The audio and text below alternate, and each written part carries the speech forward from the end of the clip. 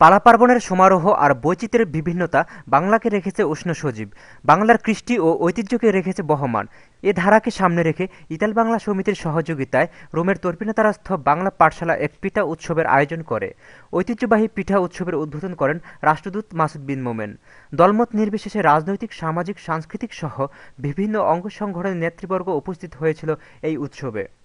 প্রবাসের মাটিতে এ ধরনের আয়োজন প্রবাসে বেড়ে ওঠা শিশু কিশোর সহ বিভিন্ন বয়সের মানুষের প্রাণে যেন ভালো লাগার এক নতুন অনুভূতি যোগ করে দেয়। পিঠা খেয়েছি, অনেক মজা লেগেছে আমার। অনেক মজার মজার পিঠা খাচ্ছি, সত্যি অনেক ভালো লাগছে। আমি পিঠা খেয়েছি, অনেক ভালো লেগেছে। অনেক মজার মজার পিঠা খেয়েছি। প্রবাসের মাটিতে আসলে অনেক ভালো লাগছে। প্রবাসের মাটিতে এত সুন্দর পিঠা খেয়ে মনে হলো যে আমি দেশেই আছি, দেশের সাথে আমি আজকে জায়গায় পাইলাম মনে হলো। এ ধরনের উৎসব যেন প্রবাসের মাটিতে আগামী প্রজন্মের কাছে বাংলার ঐতিহ্য, কৃষ্টি, সংস্কৃতি প্রতিষ্ঠিত করার বড় ধরনের মাধ্যম বলে মনে করেন রাষ্ট্রদূত মাসুদ বিন মোমেন। উপকার পাচ্ছি একটা হচ্ছে যে এখানকার যারা নতুন প্রজন্মের বাচ্চারা রয়েছে তারা বাংলাদেশের যে পিঠার যে ঐতিহ্য আছে সেটা তারা দেখতে পাচ্ছে এবং প্রবাসী বাঙালিরা একদিনের জন্য হলেও এই পিঠার স্বাদ গ্রহণ করতে পারছে।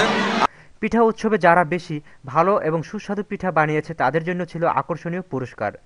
প্রবাসে শত ব্যস্ততার পরেও শত বছরের বাংলার পৌষ পার্বণের পিঠা উৎসবের এ ধরনের আয়োজন বাংলার ঐতিহ্যকে বাঁচিয়ে রাখবে যুগ যুগ। Shaon Ahmed, Bangla TV news, Rome, Italy.